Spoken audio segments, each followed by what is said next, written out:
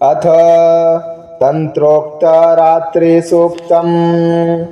विश्वेश्वरीं जगद्धात्रीं स्थितिसंहारकारिणीं निद्रां भगवतीं विष्णो रतुलां तेजसा प्रभु। ब्रह्मोवाच त्वं स्वाहा त्वं सदा त्वं हि वषट्कारा स्वरात्मिका स्वधा त्वामक्षरे नित्ये त्रिधा मात्रात्मिका स्थिता अर्धमात्रा स्थिता नित्या यानुच्चार्या विशेषतः तमेव सन्ध्या सावित्री त्वं देवी जननी परा।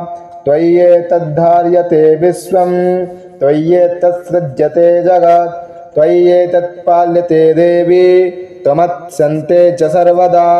सृष्टौ सृष्टिरूपा त्वं स्थितिरूपा च पालने यथा संहतिरूपान्ते जगतोऽस्य जगन्मये महाविद्या महामाया महामेधा महास्मृतिः महामोहा च भवति महादेवी महासुरी। प्रकृतिस्त्वं च सर्वस्य गुणत्रयविभाविनी कालरात्रि महार्वात्रिर्मोहरात्रिश्च दारुणा। त्वं श्रीस्त्वमीश्वरी त्वं वेस्त्वं बुद्धिर्बोधलक्षणा लज्जा पुष्टिस्तथा तुष्टिस्त्वं शान्ति शान्तिरेव च।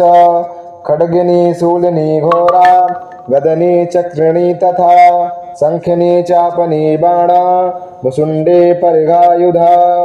सौम्या सौम्यातरा शेष सौम्येधस्तुति सुन्दरी परापराणां परमा तमेव परमेश्वरी।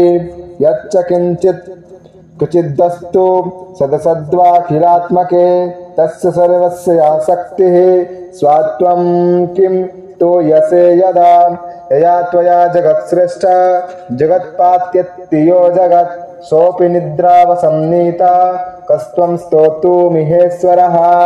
विष्णुः शरीरग्रहणमहमीशान एव च कारितास्ते यतोस्तस्त्वां कः स्तोतुं शक्तिमान् भवेत्। सा त्वमित्थं प्रभावैः स्वैरुदारिर्देवी संस्तुता मोहयितौ दुरादर्शा वशुरौ मधुकैटभौ प्रबोधं च जगत्स्वामी नीयतामच्युतो लघु बोधश्च क्रियतामस्य हन्तौ मेतौ महासुरौ। इति रात्रिसूक्तं श्रीदुर्गोत्सवः।